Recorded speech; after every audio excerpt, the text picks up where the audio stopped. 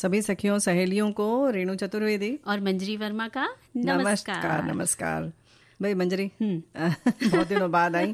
खूब घूम फिर के तुमने पूरा मौसम का मजा लिया। जी बिल्कुल मजा लिया। हर तरफ ऐसा अच्छा मौसम है, लेकिन इस बदलते मौसम में रेणु जी अपनी सेहत का भी बहुत ध्यान रखना पड़ता है और सावधानियां रखनी पड़ती कि भाई ज्यादा पंखे भी मत चलाओ, नहीं ठंड लग जाएगी रात में ये तो खांसी भी गला भी पड़ सकता है, तो इन सब चीजों का ध्यान रखना पड़ता है। दिन में जरूर धूप है, लेकिन रात और सुबह का जरूर ख्याल रखें। उसके साथ साथ जो कोरोना के संबंध में जो भी एहतियात है उसको भी वैसे ही उसका पालन करें, जैसा कि पिछले साल इसी समय हम लोगों ने मार्च के अंत से इसको शुरू किया था। तो इस बात का ख्याल रखें ताकि आप स्वस्थ रहें। तो भाई जाहिर है कि आज जो है ना हम लोगों के पास गीत मंजरी का दिन है, तो हम लेकर आए हैं बेटियां हैं अनमोल, ये विषय होगा आज गीत मंजरी का। वहीं हम जब आज साहित्य की बात करते हैं तो ज्ञानपीठ से सम्मानित काव्य संग्रह चिदम्बरा पर हम चर्चा करेंगे, बिल्कुल। और इसके साथ साथ हम बात करने वाले हैं केंद्रीय उत्पाद शुल्क दिवस पर, और वीरांगना महारानी तपस्विनी के ऊपर भी बात करने वाले हैं, यानी सखी विशेष में हम बात करेंगे वीरांगना महारानी तपस्विनी पर। और जाहिर है कि थोड़ी सी घर गृहस्थी की भी बात कर लेंगे कि भाई खाने की मेज को हम कैसे सजा सकते हैं, उन पर किन की चीज़ों का ख्याल रखें, है ना। और अगर हम बात करें वीरांगना की, तो क्या कोई सोच सकता है कि कोई महिला, वो भी 1857 के गदर के समय, कुछ इस तरह से विस्फोटक हथियार बनाने की एक फैक्ट्री खोल सकेगी? तो ये बहुत आश्चर्य की बात है। लेकिन हमारे देश इस मामले में बहुत हम सौभाग्यशाली हैं कि हम ऐसे देश में हैं जहाँ ऐसी ऐसी वीरांगनाओं ने जन्म लिया, है ना। बिल्कुल, बहुत सारी वीरांगनाएं हुई हैं हमारे देश में, और कहीं ना कहीं वे हमको प्रेरणा ही देती हैं कि हम भी कुछ इस तरह के कार्य करें जो हमारे देश के लिए अच्छे हो, हम उनके अपने देश के लिए कुछ कर सकें। तो इसी के साथ आज हमारा जो चर्चा का विषय है केंद्रीय उत्पाद शुल्क दिवस। हाँ, तो आज है केंद्रीय उत्पादक शुल्क दिवस। ये दिन केंद्रीय उत्पाद और सीमा शुल्क बोर्ड द्वारा दी जा रही सेवाओं और उनसे जुड़े अधिकारियों को सम्मानित करने के लिए मनाया जाता है, जिससे वे सभी अपने कर्तव्यों की पूरी ईमानदारी से निभाएं। उनको प्रोत्साहन देने के लिए हर वर्ष ये दिवस मनाया जाता है। बिल्कुल, इससे जुड़े जो अधिकारी होते हैं जाहिर है कि उनको सम्मान तो दिया ही जाता है। उसके साथ साथ बहुत सारे क्षेत्रों में जो भ्रष्टाचार होते हैं उसकी जांच लोग करते हैं। और ये शुल्क दिवस जो है केंद्रीय उत्पाद शुल्क और नमक कानून बनाए जाने के लिए ही मनाया जाता है। केंद्रीय अप्रत्यक्ष कर और सीमा शुल्क बोर्ड के पहले केंद्रीय उत्पाद और सीमा शुल्क बोर्ड के रूप में ही जाना जाता था इसे। बिल्कुल, और इसका लक्ष्य आम लोगों में उत्पाद शुल्क और सेवा शुल्क की अहमियत बताना है। देश के औद्योगिक विकास के लिए ये केंद्रीय उत्पाद शुल्क विभाग की महत्वपूर्ण भूमिका है, और इस विभाग ने करों का भुगतान आसान करने के लिए कर प्रणाली में सुधार किया और तकनीकों के प्रयोग को बढ़ाया। जाहिर है कि आजकल जैसे जैसे तकनीकी आ रही है नए, उसको सारा किया जा रहा है। बहुत सारे ऑफिस जो हैं ई ऑफिस हो गए हैं, यानी कि सारी चीज़ें हम डिजिटल उसमें कर रहे हैं।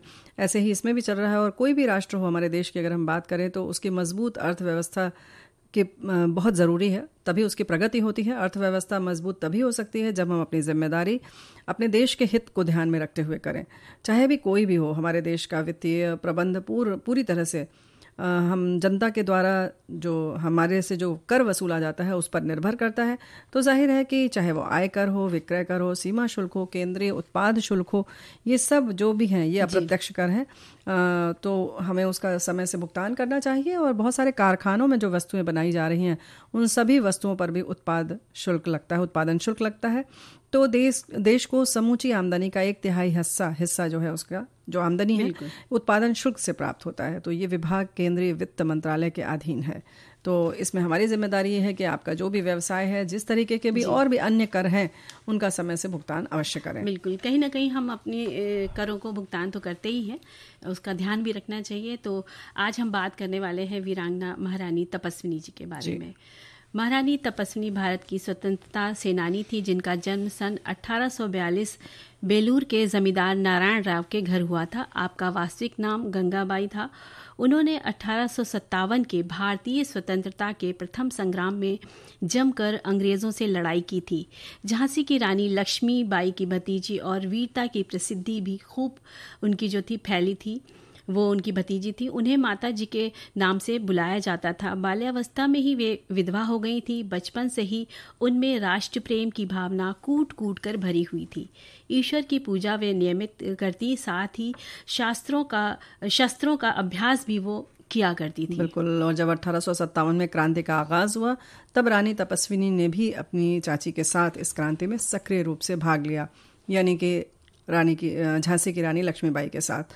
उनके प्रभाव के कारण अनेक लोगों ने इस क्रांति में अपना योगदान दिया था। जैसा कि सब जानते हैं, इस क्रांति की विफलता के बाद उन्हें तिरुचिरापल्ली के जेल में रखा गया।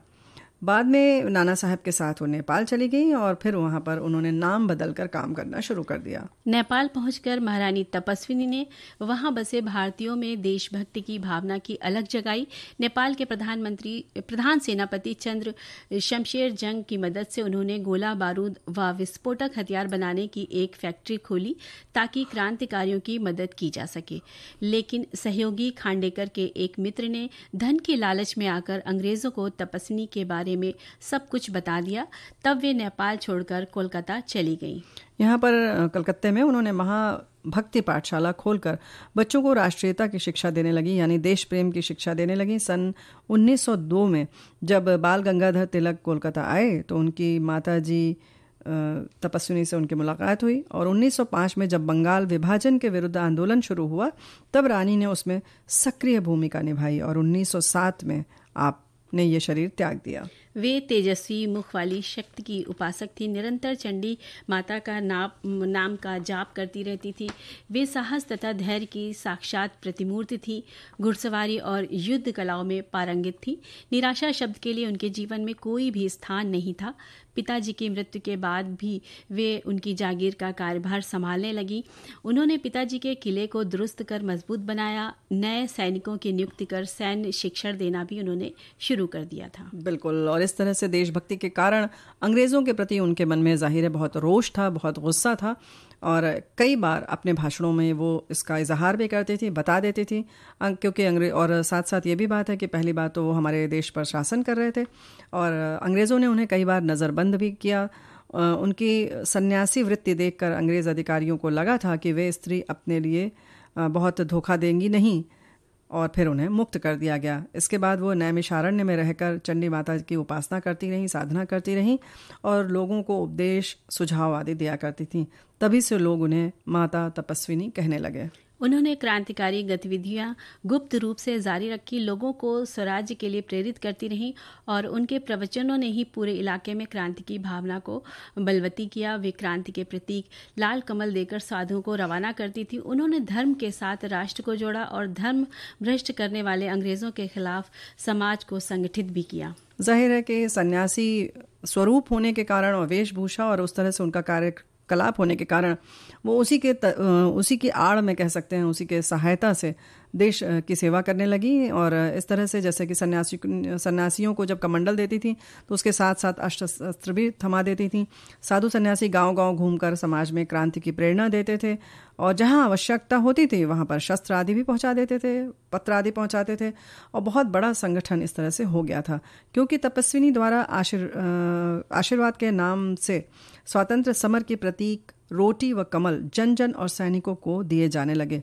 उन्होंने अंग्रेज़ों के फौजी ठिकानों पर हमला भी किया और इस तरह महारानी तपस्विनी ने भारत की स्वतंत्रता में अहम भूमिका निभाई। ऐसी देशभक्त वीरांगना को हम शत शत नमन करते हैं।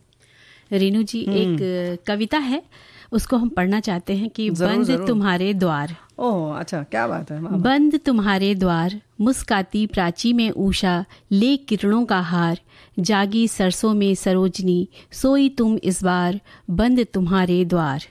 नव मधु में अस्थिर मल यनिल, बहरों में गुंजार, विहग खंड में गान, मौन पुष्पों में सौरभ भार, बंद तुम्हारे द्वार। प्राण प्रतीक्षा में प्रकाश, ओ प्रेम बने प्रतिहार, पथ दिखलाने को प्रकाश, तुमसे मिलने को प्यार, बंद तुम्हारे द्वार। गीत हर्ष के पंख मार, प्रकाश कर रहे पार, भेद सकेगी नहीं हृदय, प्राणों की मर्म पुकार, बंद तुम्हारे द्वार।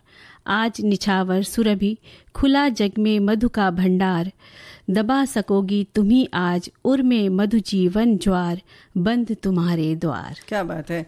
भाई ये समझ गई होंगी हमारी सखियां, हमारे श्रोता ज़रूर, क्योंकि आज हमने चर्चा की है कि ज्ञानपीठ से सम्मानित काव्य संग्रह चिदम्बरा के हम चर्चा करेंगे। ये उसी चिदम्बरा से एक अंश है जिसे अभी मंजरी ने पढ़ा है ना जी।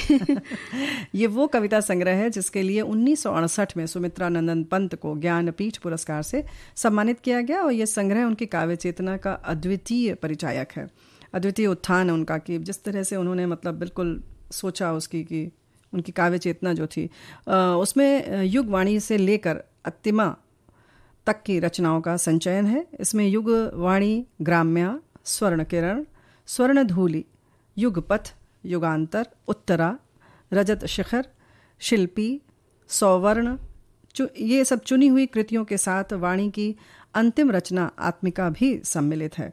चिदम्बरा में सन 37 से लेकर 1957 तक प्रायः 20 वर्षों की विकास श्रेणी का विस्तार है। इसका पहला संस्करण 1958 में आया और इसमें गीत और कविताएं हैं। और इस संग्रह के विषय में सुमित्रा नंदन पंत जी ने स्वयं लिखा है, चिदम्बरा की पृथु आकृति में मेरी भौतिक, सामाजिक, मानसिक, आध्यात्मिक संरचनाओं से प्रेरित कृतियों को एक स्थान पर एकत्रित देखकर पाठकों को उनके भीतर व्याप्त एकता के सूत्रों को समझने में अधिक सहायता मिल सकेगी। इसमें मैंने अपनी सीमाओं के भीतर अपने युग के बहिरंतर के जीवन तथा चैतन्य को नवीन मानवता की कल्पना से मंडित कर वाणी देने का प्रयत्न किया है। भाई ये तो है। और ये भी सुमित्रा नंदन पंत जी के बारे में बहुत सारे हमारे साथी ज़रूर जानते होंगे कि हिंदी साहित्य के आरंभ और विकास में जो कई रचनाकार हुए हैं उन्हीं में आपका भी नाम आता है, अग्रणी है, और जिनमें से आप हैं छायावादी युग के 4 स्तंभों में से एक हैं सुमित्रा नंदन पंत। नए युग के प्रवर्तक के रूप में आप प्रसिद्ध हुए।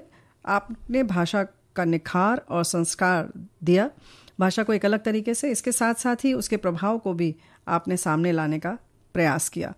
उन्हें प्रकृति का कवि माना जाता है, लेकिन वहीं वे वास्तव में मानव सौंदर्य और आध्यात्मिक चेतना के भी कुशल कवि कहे गए हैं। आपकी काव्य रचना में प्रकृति के प्रति अपार प्रेम और कल्पना की ऊंची उड़ान देखने को मिलती है। बिल्कुल। और सुमित्रा नंदन पंत जी का जन्म 20 मई सन 1900 ईस्वी में हुआ था। जन्म के कुछ घंटे बाद ही माता जी का स्वर्गवास हो गया था, तो दादी ने ही उनका लालन पालन किया था। पहले उनका नाम गोसाई दत्त रखा गया था, और जब वे आगे की शिक्षा के लिए गवर्नमेंट हाई स्कूल अल्मोड़ा गए, यहीं से उन्होंने अपना नाम सुमित्रा नंदन पंत कर लिया। उन्होंने अपने भाई के संग काशी के क्वींस कॉलेज में भी अध्ययन किया। वहां से हाई स्कूल की परीक्षा उत्तीर्ण कर म्योर कॉलेज में पढ़ने के लिए इलाहाबाद चले गए। बाद में असहयोग आंदोलन के दौरान अंग्रेजी स्कूल का बहिष्कार करने के लिए उन्होंने आह्वान किया और महाविद्यालय छोड़ दिया और घर पर ही हिंदी, संस्कृत, बंगला और अंग्रेजी भाषा साहित्य का अध्ययन करने लगे। बिल्कुल, सुमित्रा नंदन पंत का यहीं से ये कह सकते हैं कि काव्य के प्रति उनकी रुचि दिखाई पड़ी और उनकी काव्य चेतना का विकास हुआ। वैसे तो वो 7 वर्ष की उम्र से ही जब 4ठी कक्षा में पढ़ रहे थे उन्होंने कविता लिखना शुरू कर दिया था। सन 1918 के आसपास तक वे हिंदी के नवीन धारा के प्रवर्तक कवि के रूप में पहचाने जाने लगे। इसी दौर में उनकी कविताएं वीणा से संकलित हुईं और उनका प्रसिद्ध काव्य संकलन पल्लव प्रकाशित हुआ। कुछ अन्य काव्य कृतियाँ भी जैसे गुंजन, ग्राम्या, युगांत, स्वर्ण किरण, स्वर्णधूलि, कला और बूढ़ा चांद, लोकायतन, चिदम्बरा, सत्यकाम आदि। और उनके जीवन काल में 28 पुस्तकें प्रकाशित हुईं, जिनमें कविताएं, पद, नाटक और निबंध शामिल है। उनकी परिवर्तन तारापद कविता संग्रह है। उन्होंने ज्योत्सना नामक एक रूपक की रचना भी की। मधु ज्वाल नाम से उमर खयाम की रुबाइयों को हिंदी में उन्होंने अनुवाद संग्रह निकाला और डॉक्टर हरिवंश राय बच्चन जी के साथ संयुक्त रूप से खादी के फूल नामक कविता संग्रह प्रकाशित करवाया। बिल्कुल। और जैसा कि हम बता चुके हैं कि इन्हें काव्य संग्रह के लिए मिल चुका है चिदम्बरा के लिए ज्ञानपीठ पुरस्कार, जो साहित्य का सबसे सर्वोच्च पुरस्कार है। इसके साथ हिंदी साहित्य की सेवा के लिए उन्हें पद्म भूषण, साहित्य अकादमी और सोवियत लैंड नेहरू पुरस्कार जैसे भी सम्मान दिए जा चुके हैं। सुमित्रा नंदन पंत के नाम पर उनके पुराने घर जो कौसानी में है उसे सुमित्रा नंदन पंत वीथिका के नाम से एक संग्रहालय के रूप में परिवर्तित कर दिया गया है। बिल्कुल। और इसमें उनके व्यक्तिगत प्रयोग की वस्तुएं जैसे कपड़ा, चश्मा, कलम, कविताओं की मूल पांडुलिपियों, छायाचित्रों, पत्रों और पुरस्कारों को प्रदर्शित किया गया है। इसमें एक पुस्तकालय भी है जिसमें उनकी व्यक्तिगत तथा संबंधित पुस्तकों का संग्रह भी है और बहुत सी चीजें हैं। संग्रहालय में उनकी स्मृति में प्रत्येक वर्ष पंत व्याख्यान माला का आयोजन होता है। वे जीवन पर्यंत रचनारत रहे। अविवाहित पंत जी के अंत स्थल में नारी और प्रकृति के प्रति आजीवन सौंदर्यपरक भावना रही। वे इस संसार से आज के दिन यानी उनका देहांत जो था वो 28 दिसंबर सन 1977 को हुआ था। और लेकिन वे अपनी काव्य रचनाओं के साथ हम लोग उन्हें बहुत याद करते हैं। साहित्यकार कभी भी नहीं इस संसार को नहीं छोड़ सकता, सिर्फ शरीर उसका जाता है, उसकी रचनाओं से हमारे बीच में बना रहता है। जी, और उनकी जब भी रचना पढ़ो तो बहुत अच्छा लगता है। भाई इस तरह से प्रकृति से जुड़कर किस तरह से सुमित्रा नंदन पंत जी ने पहाड़ों पर और किस तरह से प्रकृति से जुड़े और एक संवेदनशील आदमी हो जाता है जब प्रकृति के बहुत नजदीक रहता है। और जब पेड़ पौधों के पास होते ना मैम, तो अपने आप रेणु जी जो कविताएं हैं वो निकलने लग जाती है। जी, ये भी बात है।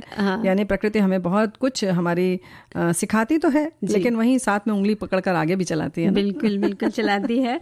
और उंगली पकड़ने की बात से याद आया कि जब हमारे छोटी छोटी घर में बच्चियां होती हैं तो जब वो अपने छोटे छोटे हाथों से पापा मम्मी की उंगलियां पकड़कर चलती हैं तो वो जो एक एहसास होता है वो अपने आप में बहुत ही सुखद होता है और जो माता पिता होते हैं वो पूरी ममता से भर जाते हैं। बिल्कुल। तो ये जो अनमोल हमारी वैसे तो जो बच्चे होते हैं, बच्चे ही अपने आप में बहुत अनमोल होते हैं, लेकिन बेटियां हैं अनमोल।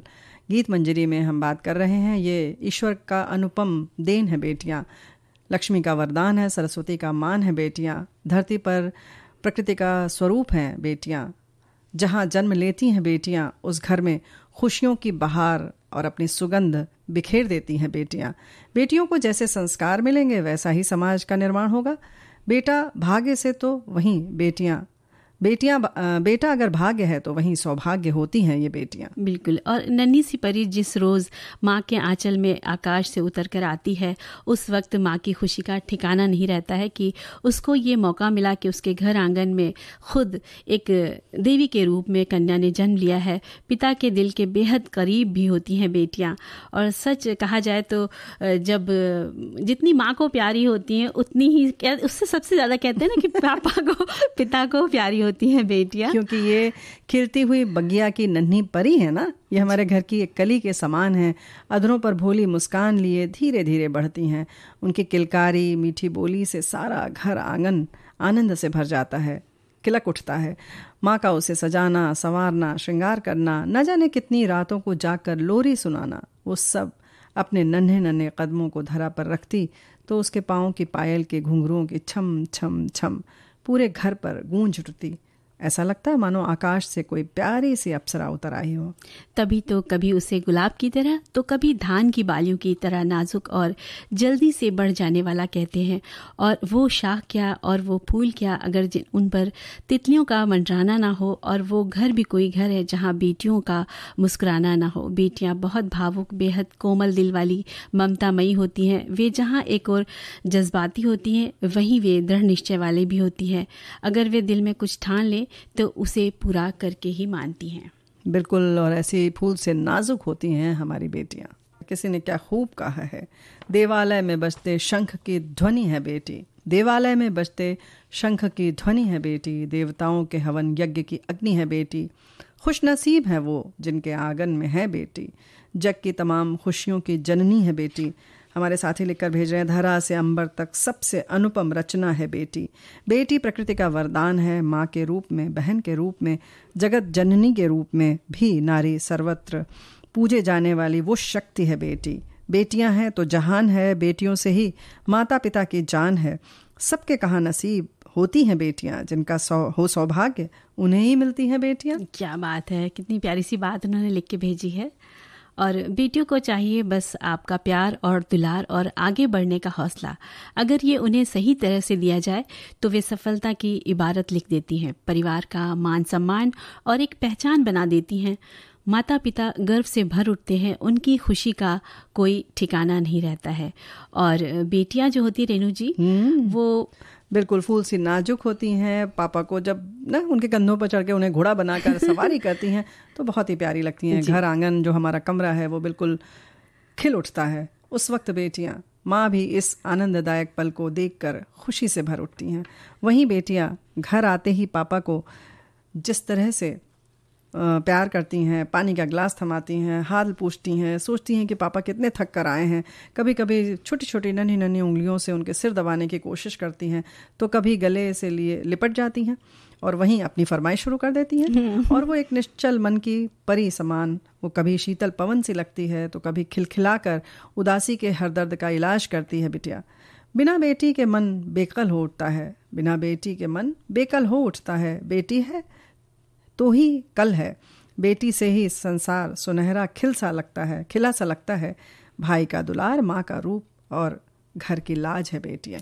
नन्ही सी बेटी कब बड़ी हो जाती है, वो बेल की तरह बड़ी हो जाती है। वही बेटी के इस रूप को देखकर माता पिता आनंद से विभोर हो उठते हैं और उसके भविष्य और घर संसार के, उसके विवाह के सपने देखने लग जाते हैं। लेकिन कहीं ना कहीं उनका मन भर उठता है, आंखें छलकने लग जाती है, ये सोच कर कि कैसे वो अपने जिगर के टुकड़े को खुद से दूर जाता देख पाएंगे और वे अपनी लाडों को कैसे ब्याह कर पाएंगे, ये चिंता उन्हें लग जाती है। लेकिन ये रीति चली आई है कि बेटियां तो किसी और की अमानत होती है, उन्हें एक न एक दिन विदा करना ही होता है। वहीं बेटियां खुद को उस घर में जाकर ढाल लेती हैं, क्योंकि अब यही उनका संसार प्यारा सा हो जाता है। हर माँ, हर जननी यही सपना देखती है। और हमारा देश अपनी जो हमारी संस्कृति है और सभ्यता है उसमें बिल्कुल स्पष्ट है कि महिलाओं और बेटियों को बहुत मान सम्मान दिया जाता है।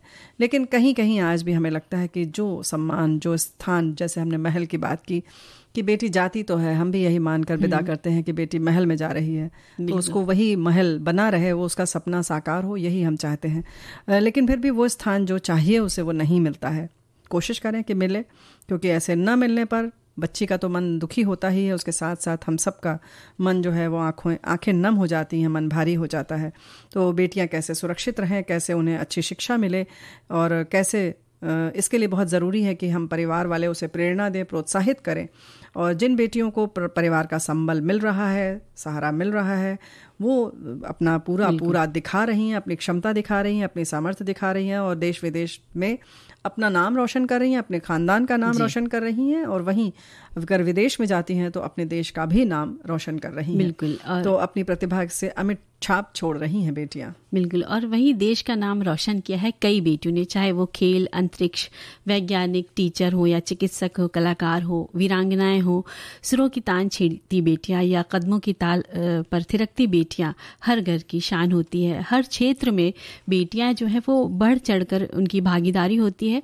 जल, थल हो या व्योम हो या फौज में हो, उद्योग संभालती, व्यापार संभालती बेटियां अब वो चार दीवारी से निकलकर स्वच्छंद संसार में विहार कर रही हैं।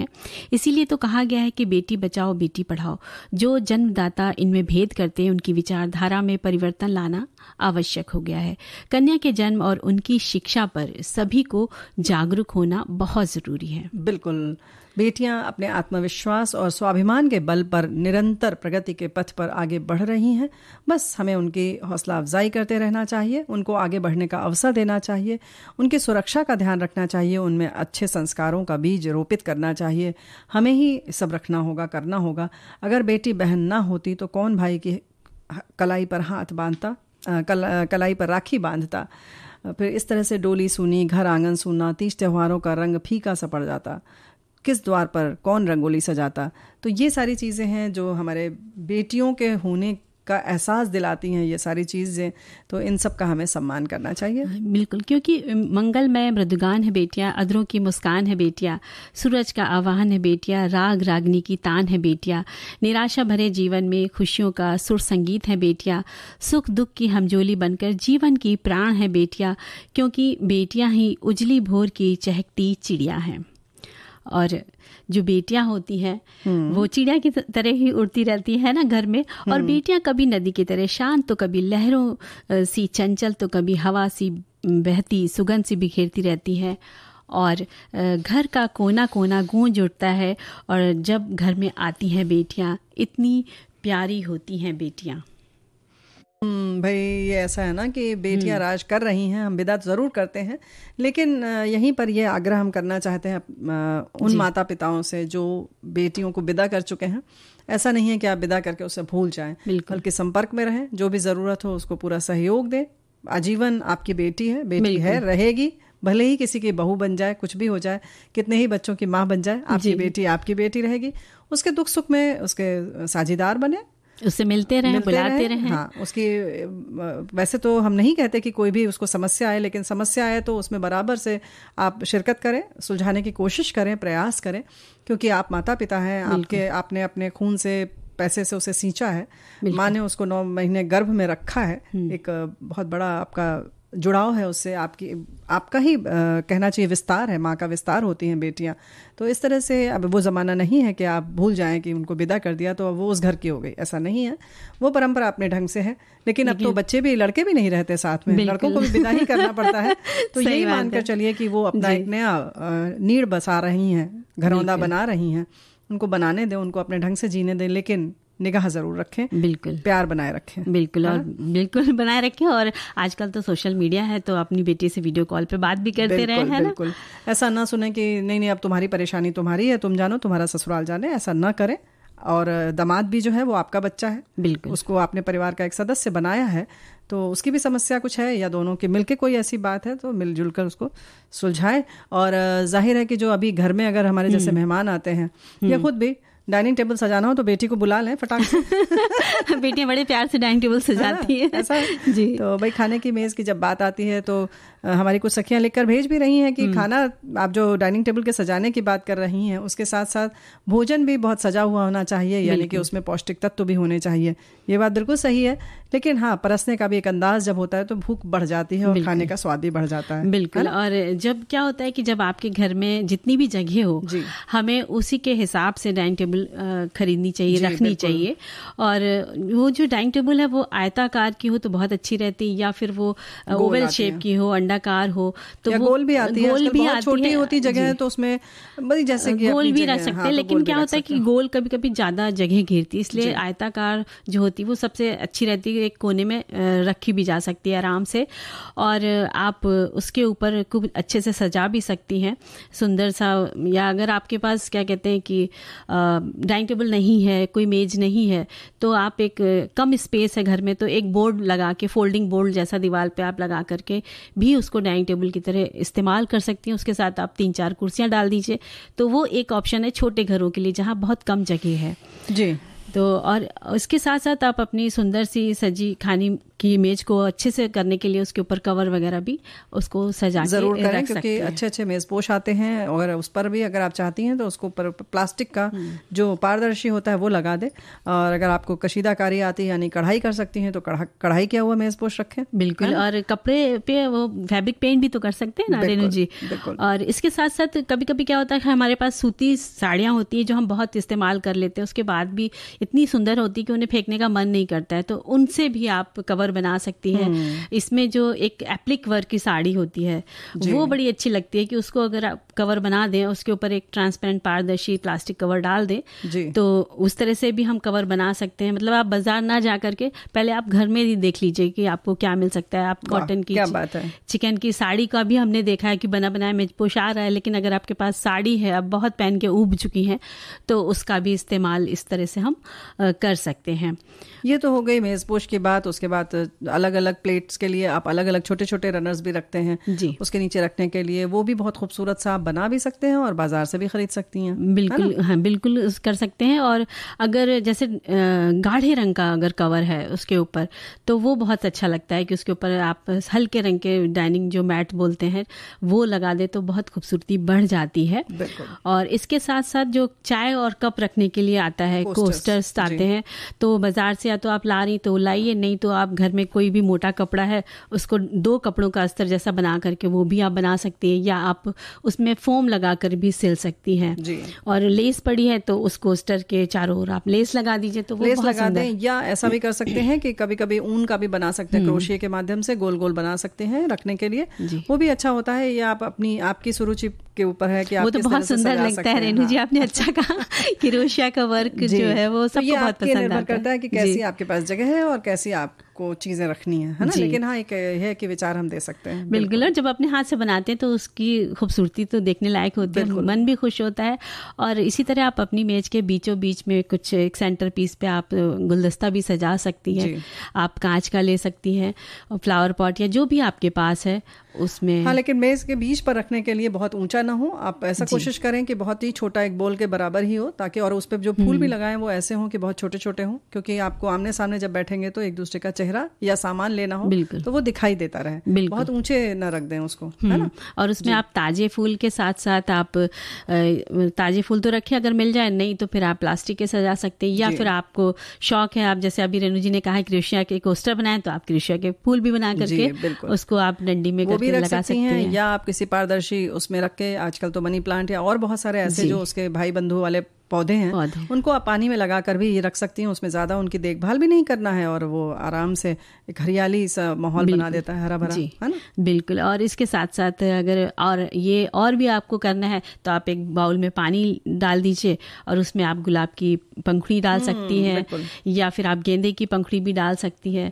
और उसके साथ अलग अलग इन दोनों तरफ आप छोटे से कांच के गिलास लेके उसमें पानी और तेल, और जो दिवाली में जो लकड़ी के बना हुआ रुई का एक रहता है प्लस की तरह का निशान रहता है, बना रहता है, रुई की बत्ती लगी रहती है, उस दिए को भी आप उसमें जला सकती है। तो भी बड़ी रात में तो बहुत सुंदर लगता है। बिल्कुल। वो जो लकड़ी वाला कह रही हो, उसको आजकल बहुत अच्छा तरीका और भी आ गया है। जैसे प्लास्टिक के जो डिब्बे आदि होते हैं, उसको भी आप छोटे छोटे सिक्के के बराबर 5 रुपए के सिक्के या 1 रुपए के सिक्के के बराबर आकार काट के उसके बीच में छेद करके भी आप उसको तैरा सकती हैं पानी में। और जैसे बता रही हो मंजरी ना कि शीशे के ग्लास में हम उसमें पानी और उसके ऊपर तेल एक लेयर रख के, एक परत, और ये तैरती हुई मोमबत्तियां कर सकते हैं। वैसे ही आजकल बहुत छोटी छोटी एल्युमिनियम के उसमें मोमबत्तियां आ रही हैं, वो जैसे कि पानी में, जैसे तुमने कहा गुलाब की पंखुड़ी, उसके बीच में भी आप मोमबत्ती रख सकते हैं, तो बहुत सुंदर लगेगा। तो बहुत ही सुंदर लगेगा। तो इस तरह के उपाय कर सकते हैं, घर की सजावट कर सकते हैं। और अगर आपको कैंडल लाइट डिनर करना है तो आप मोमबत्तियां भी लगा सकती हैं। तो क्या बात है, जो खूब ढेर सारी जलाइए। बिल्कुल। और इसके साथ साथ जो भी आपको खाना परोसना है जिस चीजों में, तो उस तरह की आप चाहे कांच की रखना चाहती, चाहे स्टील की, चाहे मेलामाइन की प्लेट्स रखना चाहती, सब एक जैसी रखिएगा मैचिंग का, तो बहुत सुंदर लगता है। बिल्कुल। और इस बात का ध्यान रखें कि मेलामाइन है तो सारे सेट एक तरह के हों, स्टील के आप रख रहे हैं तो एक से रखें, और अगर कांच के रख रहे हैं तो वो भी एक से हों। ऐसा ना करें, कोशिश करें कि जैसे कि अगर आपने सोचा कि प्लेट्स तो हमने रख दी कांच की और सर्व करने के लिए आप स्टील का भगोना ले आएं या कुछ और डोंगे लाएं, इस बात का ख्याल रखें। बिल्कुल। एक सा रहेगा तो अच्छा लगेगा, वैसे नहीं है तो फिर तो कोई बात ही नहीं है।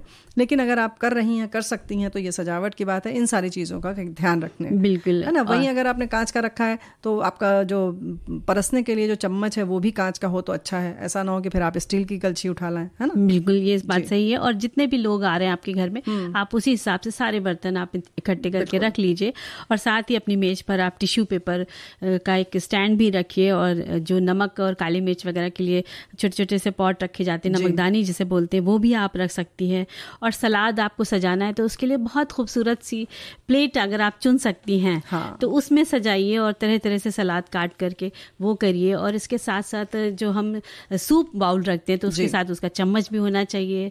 और साथ में आप अगर कोई वैसी नूडल्स जैसी कोई चीज़ सर्व करना चाहती हैं बाई चांस, तो आप कांटा और चम्मच या छुरी जो भी है वो भी आप वो तो आपके व्यंजन के ऊपर निर्भर करता है कि आपका क्या व्यंजन है, क्या खाद्य पदार्थ आप रख रही हैं, उसी हिसाब से आपको रखना होगा। डाइनिंग टेबल के साथ साथ एक बात और है कि हम सारी चीज़ें रख देते हैं, लेकिन जैसे कि हम जो परसने वाली चम्मच है या और चीज कटलरीज जो हैं, उनके लिए एक अलग से प्लेट ज़रूर रखें, ताकि हम जैसे दाल है या सब्जी है, रसीली सब्जी है या सूखी है, निकाल के जब हम डोगा ढकते हैं तो उस चम्मच को कहाँ रखें, तो एक अलग से प्लेट रखते हैं ताकि आप वो मेज पर न रखें। तो इस तरह से सुंदर भी लगता है, वो भी मैचिंग वो बहुत ज़रूरी होती है, वो चीज़ तो बहुत ज़रूरी होती है, क्योंकि डोंगा तो हमें लास्ट में बंद ही करना पड़ता है, तो वो पॉइंट बहुत अच्छी चीज़ है उसके लिए।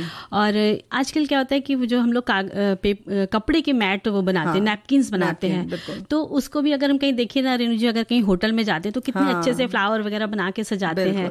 तो कभी पंखे का, कभी बत्तख का शेप है, कभी कमल का फूल है, कभी गुलाब के फूल फूल है, तो अगर उस कला को भी अगर आप सीख लें, आजकल तो यूट्यूब पे आपको बहुत मिल जाएगा, तो उसको भी आप सीख लीजिए और उसको बना करके जब आप रखेंगी अपने घर की सुंदरता तो और बढ़ेगी। और इसके साथ साथ अगर आपके पास डाइनिंग टेबल जहाँ रख रही वहाँ स्पेस है तो उसके ऊपर, छत के ऊपर, तो वहाँ पर आप छोटा सा एक लैम्प भी लगा सकती हैं, तो और खूबसूरती बढ़ जाएगी।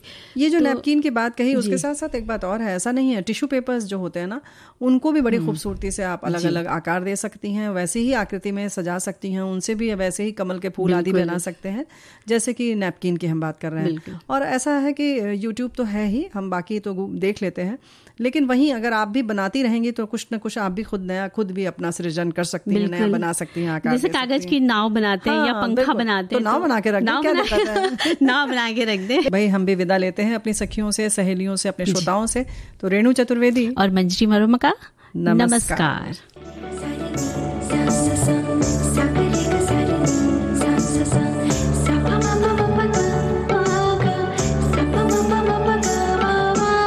सखी सहेली।